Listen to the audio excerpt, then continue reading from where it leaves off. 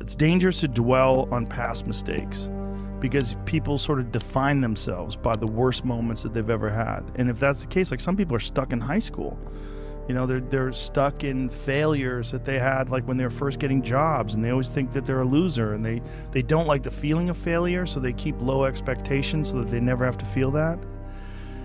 You got to get through it. You got to get through bad feelings. You got to get through failure. It's very important, and you get through it by just picking yourself back up and moving forward and going. But it's hard for a lot of people because that sting, they never get over it, the feeling of failure, and they don't have a good support system, like good friends. Like having a good community of friends is very, very important, because you could feel like down, like if a girl broke up with you and you feel like you're the worst, you're a fucking loser, like you're a piece of shit. But then you go out with your friends and you have a few laughs, and next thing you know, you're laughing and you're like, I'm all right, we'll be all right. And then maybe you meet a new lady. Yeah, and she like picks you up and you're like, oh, we're gonna be okay. And then you learn from the last mistakes. That's life. It just, those feelings of failure are so hard. They're so hard to get over, and they overwhelm people, and some people can't get past them. When all your happiness is conditional on a certain outcome of one day, and then I will be happy, that is a massive trap, and you're robbing yourself from the best moments because you're so focused on a conditional form of happiness. You're so attached to an end result that you can't even enjoy the whole thing as you're getting there. One of the best teachers of detachment was the Buddha, and Zen Buddhism drills this into their philosophy. It's been said that happiness is the brief moment in between your changing desires, because once you get something, watch how fast your mind moves on to the next target, to the next thing. And it's this little trap that your mind plays on you that says, yeah, that was good, but man, when I get that next one, or that next thing, or the next thing, then I'll be truly happy. In the case of this work, because it's relevant to the stories we've shared, 100,000 subscribers is good, but 250, 500, a million. And it's this never-ending game. Suffering actually comes through attachments, and that your attachments are what create suffering, because if you get it,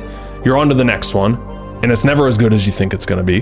And if you don't get it, then you're suffering because you need something to complete you and feel happy. Real change, lasting change, takes tons of work and force, effort, struggle, that you don't get anything you don't work for in life, right? But so many people like intellectualize their problems to death, to the point of where it becomes a story for them. And stories are way harder to change than emotions, right? It's kind of like actions, emotions, beliefs, stories, and then your identity at the level. Most people are running on like 5 to 10 core stories in their life, and that's really it. That's kind of scary.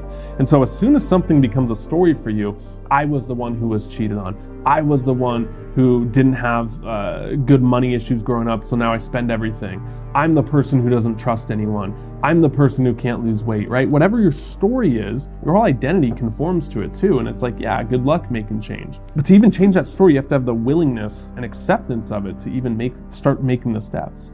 And so maybe letting go for you is letting go of the story, right? I want you to think of your biggest heroes in this world and understand that we all went through the same thing. We all had this shared experience. This was all part of our initiation, to go from a boy to a man. I mean, really let that sink in. The fact that you and I have gone through the same thing, and you and I went through one of the same initiations to go from boy to a man. So it doesn't matter how strong someone appears, how brave someone appears, how much of a hero you think someone is. I guarantee you that their first breakup, the men that you look up to, their first breakup ruined them. And I can tell you that from firsthand experience. It was so painful. But isn't there something beautiful in that?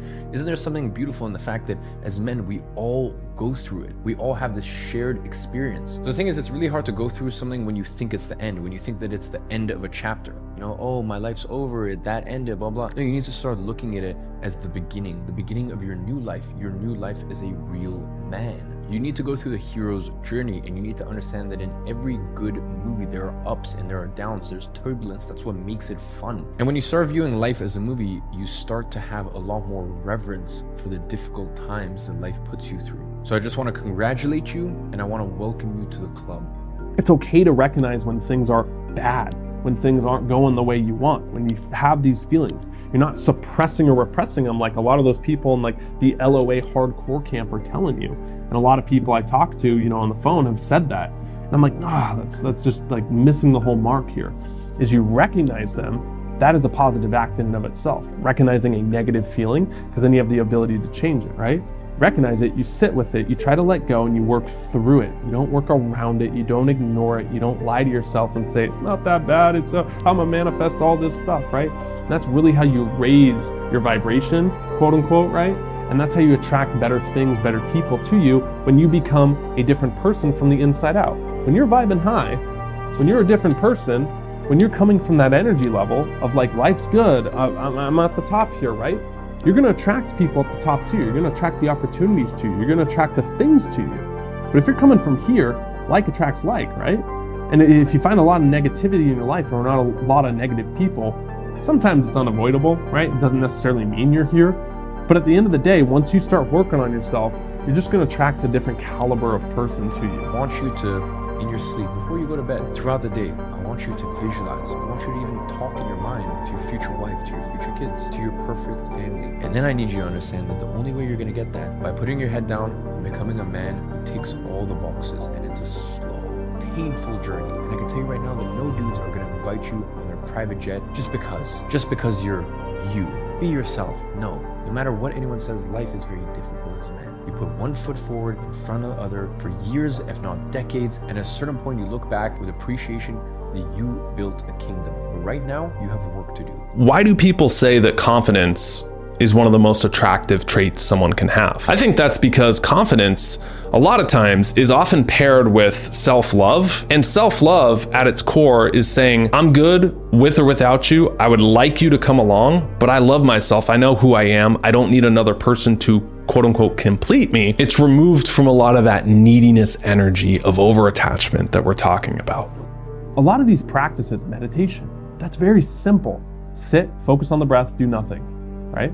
Observe your thoughts for 10 minutes, 12 minutes a day. It doesn't mean it's easy. Just taking time to chill out, to see what's coming up, to check in with yourself, right?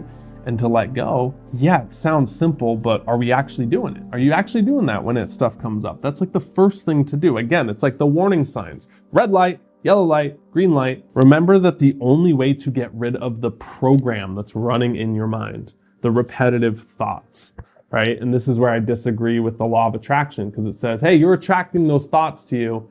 You know, even the negative ones, all the toxic stuff about yourself, you manifested it. So just, hey, have you ever thought about not thinking about that? And people think like, okay, I'm not supposed to think about that. No.